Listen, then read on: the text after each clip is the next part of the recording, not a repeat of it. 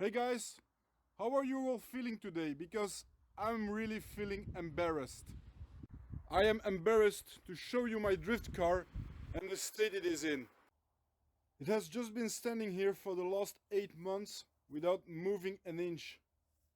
This summer, unexpectedly, the Miata showed up, taking up of most of my time, and then because of this pandemic, all the drift meetings that I had planned all got cancelled. So the car hasn't moved in months. And ever since it's been collecting grass, weeds, mud, bird poo, and even puddles of water.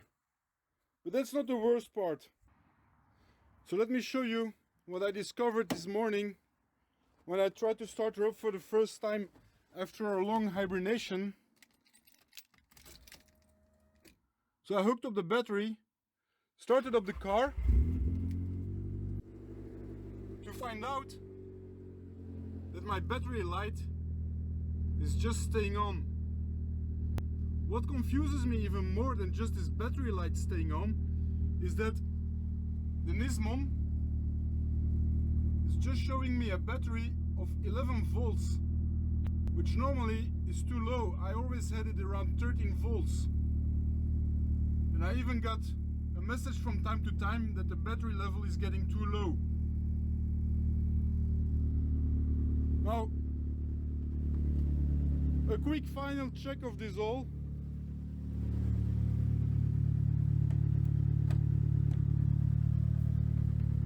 If I have a look under the motor hood,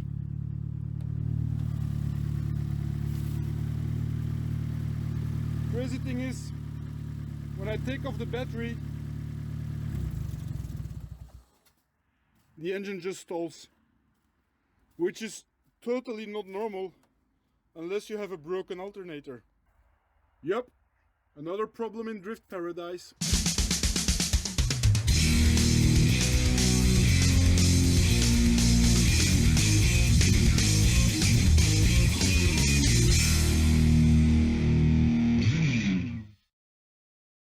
Where to start?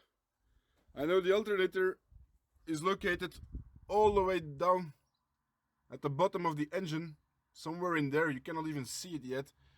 So to gain access to it, I already start to take off this intake pipe and the battery, and I work my way down from there.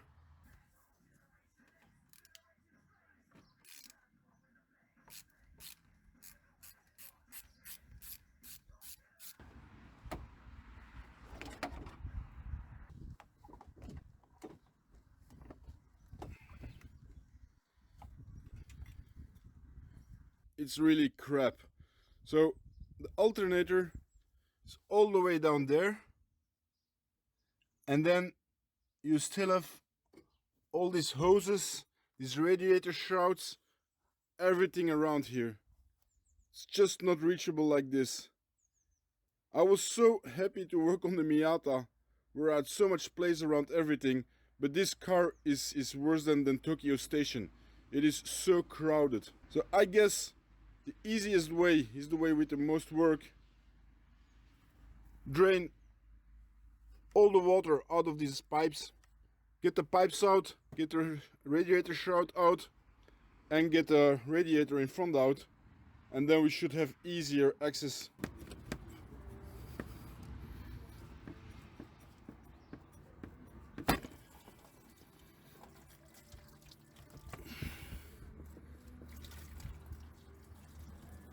Once again I had to stop.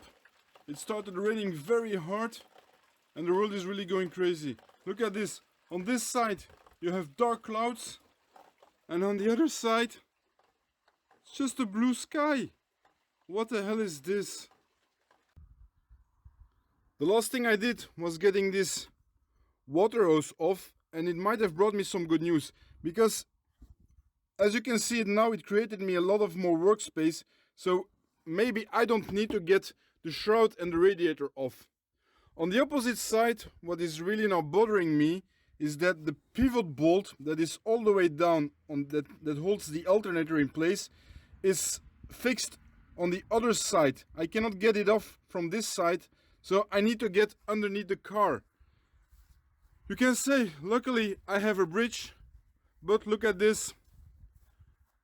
I promised Ellie that she could use my bridge to work on her subframe because I didn't think I needed to bridge this fast, and yeah, now it's backfiring on me. If you need to work underneath your car and for any reason you don't have a bridge, don't spend your money on cheap axle stands or any other cheap equipment. Just put your car on a couple of rims. I've done this for years and it works perfect. And as you can see, it creates you a lot of ground clearance. Here is a little how to get this alternator off, and this does not only apply on S14 or Nissans. I've worked on several cars and most of them use the same system. So step 1 is getting this pivot bolt, get it loose, give it some slack, don't get it off completely. Just make sure that it has way to move around, but don't get it off. Step number 2. This electrical connector here, you need to get it off. So it's just a normal automotive connector. Just pushes on the side and then you can squeeze it off. Step number 3. On the top, while you're still underneath, you have this connector here that is attached to your wiring loom. This is actually the one that transmits the electricity generated from your alternator to your battery. So this one we're also getting off. I just squeezed myself from underneath the car. Step number 4. You need to loosen this top locking bolt. So again, just loosen it a bit, that you create some slack, but don't get it off. Just loosen it is enough. Step number 5. You have here on the bottom the tension bolt. Normally it's more inwards, but when you turn this from the bottom to the top, like this, you are going to create some movement in your alternator, and your alternator is going to move inwards. As you can see here, I created movement in my alternator. If you're not sure in which direction you want to turn this bolt, just put a little marker on top of your alternator like I did, and then you will see the more you turn, the more your alternator is going to move inwards. And as more as it moves inwards, the more slack that it is going to create on your belt. If you do this a couple of times, in the end the slack is so big that you can just take off the alternator belt, and that's step number 6. Lucky number 7.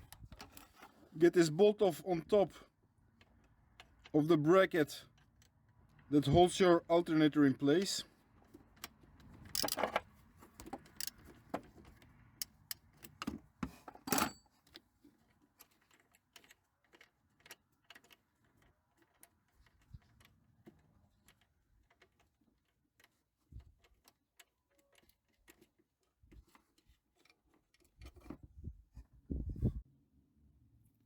Step number 8. There are 2 more bolts on the bracket. This one and one down here. So these 2 you can get off completely. And when you get these 2 bolts off, you'll notice that the bracket is completely free, and so is your alternator. You can completely turn it, twist it. The only part where it is still fixed is all the way at the bottom, at the first pivot bolt that we now can take off. Undo this bolt, and then you can push the whole rod through the bracket, and then your alternator should come out. So, final step.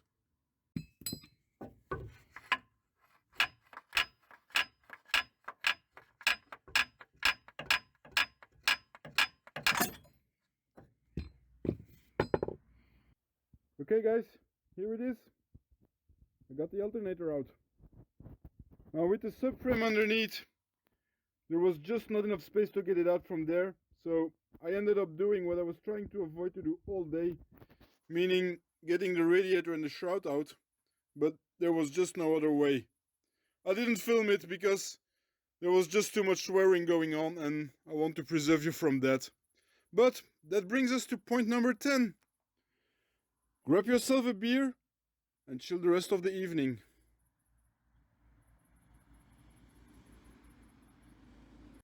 Hey guys, welcome back to another episode of Backyard Mechanics. Nah, just kidding you, you're still with the Drift Chat. So, it's been 10 days since I've recorded the last video about getting the alternator out of the car, and it's been a very stressful period ever since. Because what I did not tell you is that the moment that I tried to start up the car, I also registered for my first drift class. The car has been standing here without an alternator for the last 10 days, and no part shop, no website could get me the alternator because they were all out of stock. So I thought I play it smart and I put the alternator in for reconditioning. And there again, the company took a whole week trying to fix the alternator to come up with a final excuse that it was not repairable. So I lost a lot of time, but finally in the end I found a shop who was able to hook me up with this bad boy. So there you have it. Just 2 days before the start of my drift class, I have a brand new alternator that should fit my engine, and I have no doubt about it because it even has the little Nissan logo on it. Okay, so let's get this thing installed and then hope that it will charge my battery again, because for the moment it seems that my car is running, but what it is actually doing, it is draining my battery until there will be no power left in the battery, and then the engine won't run at all. And for a drift meeting, yeah, maybe I'll drive for 10 minutes and do nothing anymore for the rest of the day. So this thing fits in nicely here. Let me put in the bolt. There. Next up, we have the 2 bolts that hold this bracket.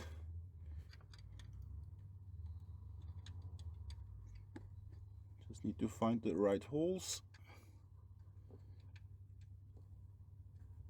That's one.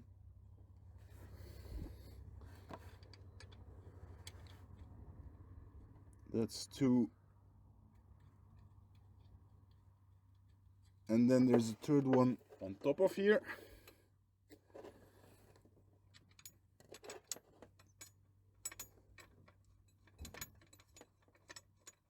So, top is fixed, and let's get underneath the car now. I got the reinforcement bracket on, and the next job is going to get these power lines back on. So I have one here for the main power line, and then this one on the top for the ground. So this is going to involve a lot of fiddling.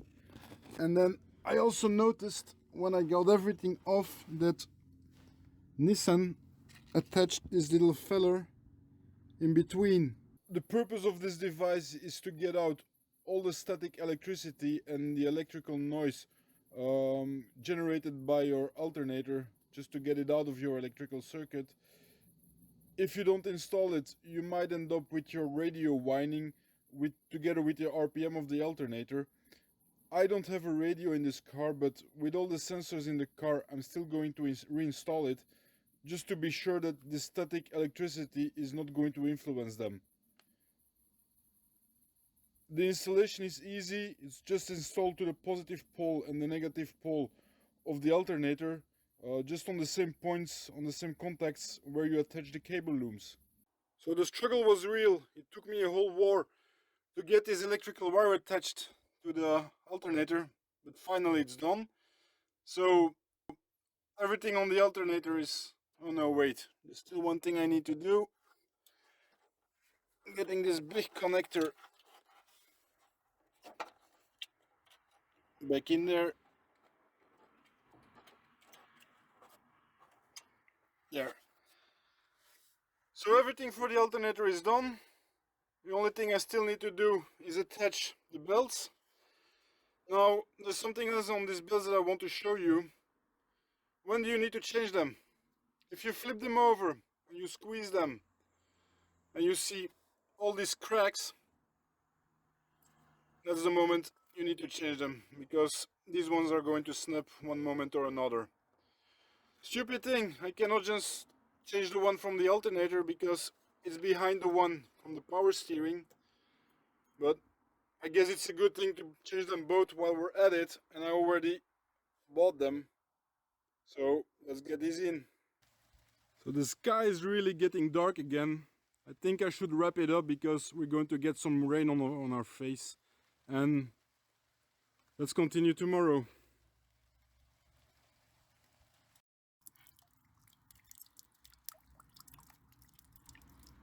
Yesterday afternoon it started raining and it rained for the rest of the evening, so I could not move forward anymore on the car. And yeah, guess what? For today, the weather forecast, they give exactly the same weather. The problem is I'm on a deadline here because by tomorrow the car needs to be running and I still have a shitload of work to do. So yeah, guess it will be working a day in the rain. Talking about dedication. So I want to show you one final time how to put tension on the belts. Once that the belts are installed, your alternator is going to sit all the way inwards, and by turning this bolt here on the side, you're going to pivot it outwards. So the more you're going to pivot it outwards, the more there's going to be distance between the wheels, thus creating tension on your belt. And once that the belt is firmly in place, you just have to secure it with a bolt here on top, and then underneath you have to put on the screw on the bolt that is holding the assembly together on the bottom. So I'm gonna already put on the belt.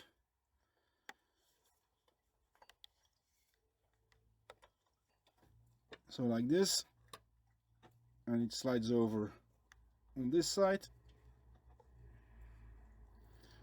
The belt is very new, so it has a lot more tension than the previous one that was completely worn out. Try it from this side.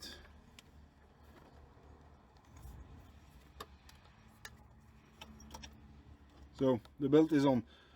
I'm not going to tension it already because I still need to put on the fan here on the water pump, and I don't want to put tension on this wheel as long as it is not fixed in place yet. If you need to know how much tension you need to put on the belt, as you can see, the belt is just on. I can turn it completely over.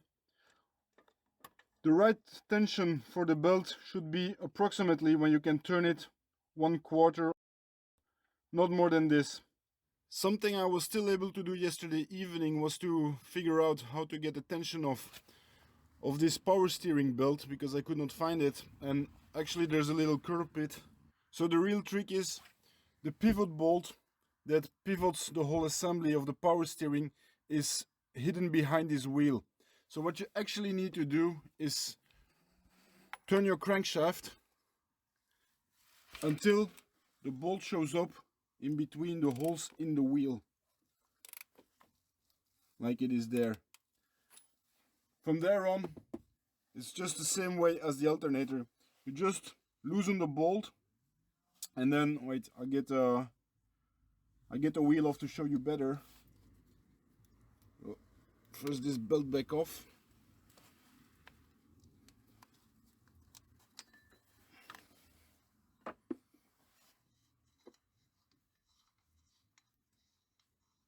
So this is something you normally don't have to do, but I'm just doing it to show you how the system works. So with the little wheel off, you here have the bolt that shows up in between the holes of the wheel and that pivots the whole assembly. And then you have the bolt here that secures the assembly, and in the back, right here, you have the bolt. When you turn this one, it's going to move the assembly further or closer away. As you see here, just the same way as it does with the alternator.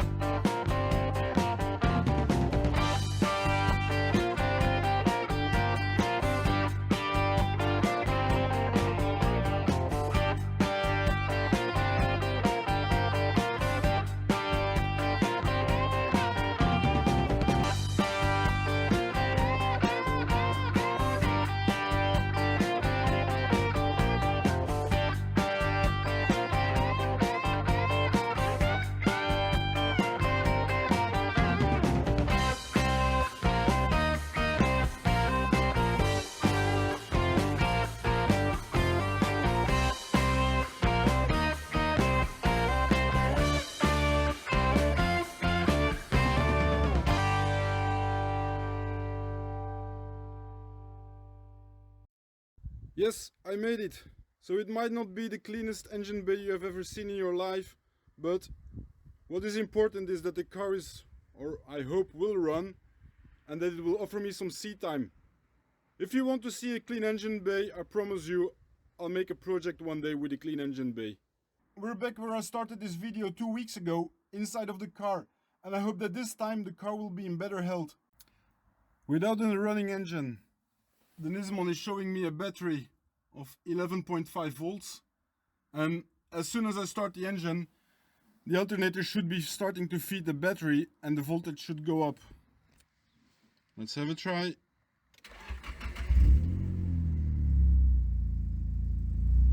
Well, the good news is the battery light already went out. Just waiting for the Nisman to reconnect.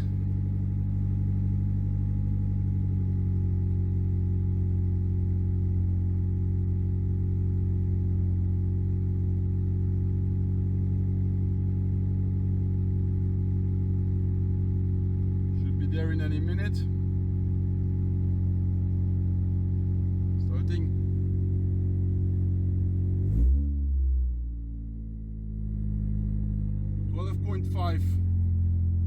I'm sure, yeah, see, I was going to say give it a second because the battery was completely flat, but here we have it, a healthy 13.6, what I was trying to obtain.